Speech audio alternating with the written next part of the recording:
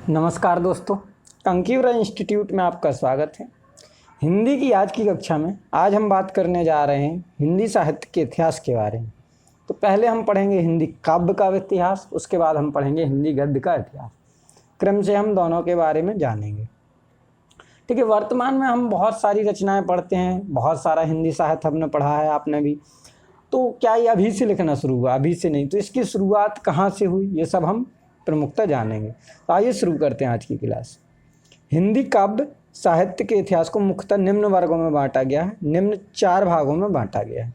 4 भाग कौन कौन से हैं? आदिकाल, भक्तिकाल, रीतिकाल और आधुनिक काल। 4 भागों में हिंदी काव्य के इतिहास को बांटा गया है। आदिकाल, जिसका समय काल है 743 ईस्वी से 1343 ईस्वी तक, मुख्यतः ये समय माना जाता है। भक्तिकाल का समय माना जाता है 1343 ईस्वी से 1643 ईस्वी तक। रीतिकाल का समय माना जाता है 1643 ईस्वी से 1843 ईस्वी तक। और आधुनिक काल का समय माना जाता है 1843, यहाँ सही कर लीजिए, ये क्या है? 1843 है। क्या है? 1843। यहाँ पर जो है ये काट के क्या करना है, यहाँ पे 1843 ईस्वी से अब तक का जो काल माना जाता है वो माना जाता है आधुनिक काल का। तो आधुनिक काल को और भी कई भागों में बांटा गया। आधुनिक काल को जैसे भारतेंदु काल, द्विवेदी काल, छायावादी, प्रगतिवादी, प्रयोगवाद, नई कविता आदि कालों में भी बांटा गया है। तो उसको हम बाद में अध्ययन करेंगे। पहले हम पहला काल का अध्ययन करेंगे। पहला है हमारा आदिकाल। तो आइए शुरू करते हैं आदिकाल। आदिकाल का जो समय है वो है 743 ईस्वी से 1343 ईस्वी तक। इस समय जो देश था वो विभिन्न प्रांतों में बटा हुआ था। ठीक है, छोटे छोटे कबीले टाइप के छोटे छोटे राज्य हुआ करते थे, उनके राजा हुआ करते थे। जो कवि हुआ करते थे वो राजा के दरबार में रह के काव्य रचनाएं करते थे। इनके नाम क्या हैं? इनको विभिन्न जो हिंदी साहित्य के जानकार थे उन्होंने अलग अलग नाम दिए। जैसे आदिकाल नाम दिया हजारी प्रसाद द्विवेदी ने। हजारी प्रसाद द्विवेदी ने क्या नाम दिया? आदिकाल। रामचंद्र शुक्ल ने इसको वीरगाथा काल कहा। रामचंद्र शुक्ल ने क्या कहा इसको? वीरगाथा काल। डॉक्टर राम कुमार वर्मा ने इसको चारण काल कहा। क्या कहा? चारण काल। महावीर प्रसाद द्विवेदी ने इसको बीज वपन काल का नाम दिया। कौन सा नाम दिया? बीज वपन काल। पंडित राहुल सांकृत्यायन ने सिद्ध सामंत काल इसको कहा। और भी कई लोग थे जिन्होंने इसके नाम दिए, जैसे कि विश्वनाथ प्रसाद मिश्र, इन्होंने वीर काल का नाम दिया। मिश्र बंधु जो थे, ठीक है, और जो मिश्र बंधु थे उन्होंने इसको प्रारंभिक काल का नाम दिया। ठीक, तो ये अन्य कई नाम थे। इसमें इम्पोर्टेंट हैं आपके वीरगाथा काल, बीज वपन काल और सिद्ध सामंत काल। आपके एग्जाम में पूछ सकता है कि किसने आदिकाल को वीरगाथा काल कहा? तो रामचंद्र शुक्ल। किसने सिद्ध सामंत काल कहा? तो पंडित राहुल सांकृत्यायन। किसने बीज वपन काल कहा? महावीर प्रसाद द्विवेदी। आइए बढ़ते हैं आगे। तो इसकी विशेषताएं क्या थी? इस समय जो साहित्य लिखा गया उसकी कुछ विशेषताएं थी। विशेषताएं क्या थी? पहली, आश्रयदाता राजाओं की प्रशंसा। जो ये साहित्य था, जो आदिकाल में जो कवि थे उन्होंने अपने आश्रयदाता राजाओं की प्रशंसा की। माने जिस राजा के दरबारी हुआ करते थे उस राजा का बखान किया करते थे, उस राजा को सबसे श्रेष्ठ माना जाता था। दूसरा पॉइंट है ऐतिहासिकता का अभाव। इनकी रचनाओं में ऐतिहासिकता नहीं मिलती, यानी कि इतिहास से संबंधित कुछ भी ये नहीं है, इसको प्रमाणिक इतिहास नहीं माना जा सकता है। तीसरा पॉइंट है अप्रमाणिक रचना। फिर वही चीज़ है, माने ये क्या है? प्रमाणित नहीं है कि ये ऐसा हुआ ही था।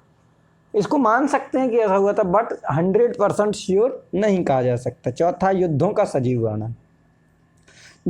जो कवि हुआ करते थे वो राजा के साथ युद्ध में जाया करते थे। जब ये अपनी आंखों से युद्ध देखते थे, साथ साथ में लिखते जाते थे, तो इनके युद्धों में सजीवता झलकती है, माने स्पष्टता।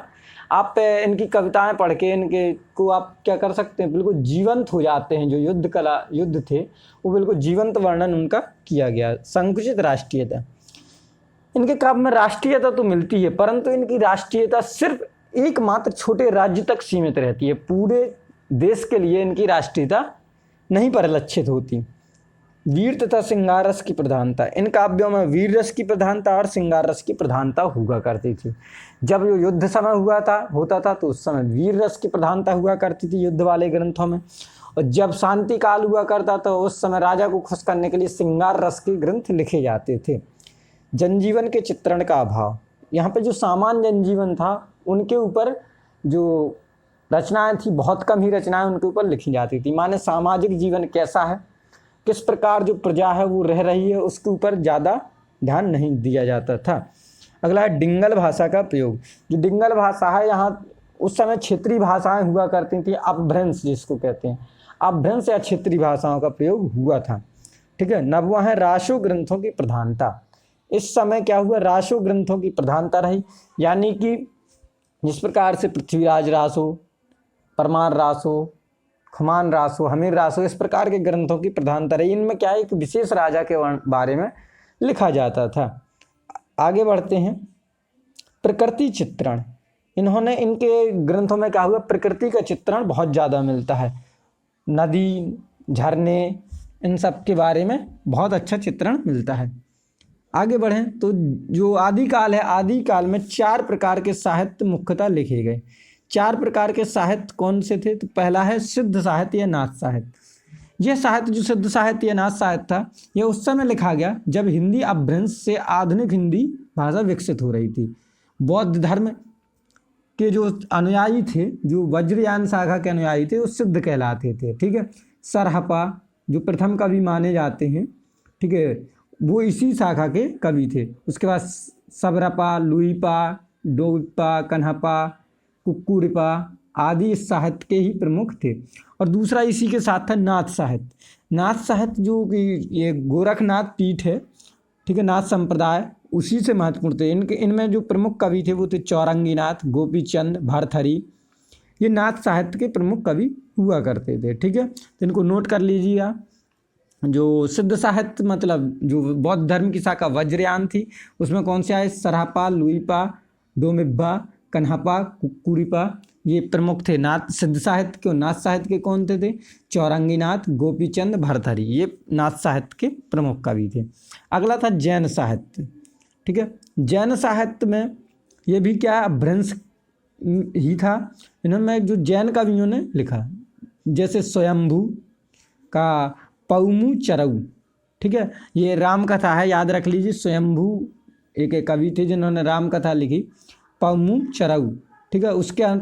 उसके अतिरिक्त कुछ और हैं, जैसे पुष्पदंत, धनपाल, हेमचंद्र, ये सब इसी समय के कवि थे, यानी कि जैन साहित्य के कवि थे।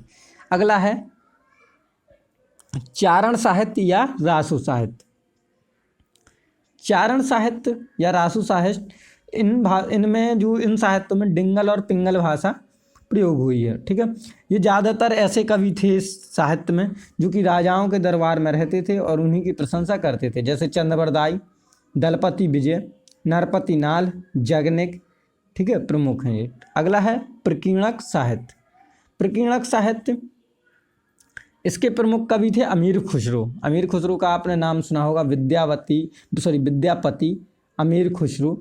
ठीक है। इन्होंने क्या है, पहेलियाँ, मुकरियाँ प्रमुखता लिखी। ठीक, माने छोटे छोटी चीज़ें लिखी। जैसे अब्दुल रहमान एक और प्रमुख कवि थे। अब्दुल रहमान का एक ग्रंथ है संदेश राशक। क्या है, संदेश राशक। तो प्रमुख प्रकीर्णक साहित्य में कौन थे, अमीर खुसरो, विद्यापति, अब्दुल रहमान, ये इसके प्रमुख कवि थे। ठीक है। आगे हम जानेंगे इस युग से या इस काल से जो प्रमुख रचनाएं हैं जो कि आपके एग्जाम में पूछी जा सकती हैं, उनके बारे में जान लेते हैं। तो प्रमुख रचनाएं हैं जैसे नरपति नाल का बीशल देव रासो। ठीक है, बहुत इंपॉर्टेंट है। नरपति नाल, उसने क्या लिखा, बीशल देव रासो। चंद्रबरदाई ने लिखा पृथ्वीराज रासो, इसमें पृथ्वीराज का वर्णन है। ठीक, चंद्रबरदाई। उसके बाद दलपति विजय, इन्होंने लिखा खुमान रासो। जगनिक परमार रासो, परमार रासो या आलय खंड।